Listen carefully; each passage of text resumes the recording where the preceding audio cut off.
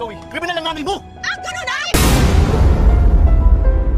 Ang susunod na programa ay rated PG. Ito ay nangangailangan ng patnubay at gabay ng magulang para sa mga batang manonood.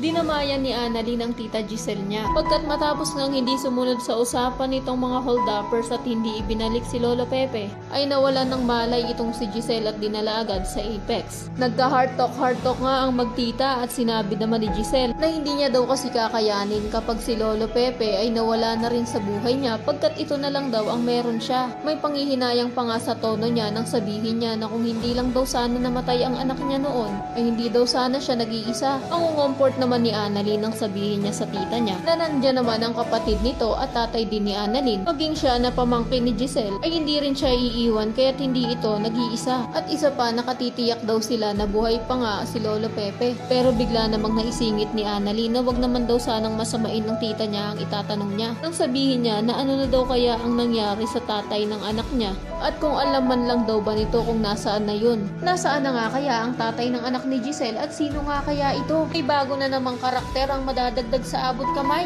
Sa kabilang banda, napakasiga ni Carlos na sumugod sa hideout nila Balahaja. At sigaw pa nga ang binungad nito sa kanila na kung nasaan daw ang anak niyang si Zoe dahil kailangan niya na itong gamutin. Inalmahan naman siya ni Moira. At pasigaw ding sinabi sa pagmumukha ni Carlos na hindi porket pumunta daw siya para gamutin ang anak niya ay dakilang ama na siya. Dito na nga nagkainitan ng dalawa at nang sumingit na si Zoe ay diretsahang sinabi ni Carlos na kriminal daw ang nanay niya. Nasaktan din naman si Moira sa katotohanan kaya't kinuha niya nga ang baril at diretsyong itinutok din ito sa mukha ni Carlos. Ngunit pinigilan naman siya ni Zoe at sinabi na wag niya daw papatayin ang totoo niyang tatay. Pagkat kahit si Dr. RJ Tanyag pa ang kinalakihan niyang ama ay kay Doc Carlos pa rin daw siya nanggaling. Samantala ngayong alam na ni Carlos ang lahat ng mga kabulastugan nila Moira at Zoe pati na ang mga kasabwat nito na sila Balahaja ay malaki ang tsansa na si Balahaja na mismo ang magpatahimik dito kay Carlos. Pagkat iniisip din ito na baka ito pang ang doktor ang magsuplong sa kanila tungkol sa mga kabulastugan nilang pinagagagawa.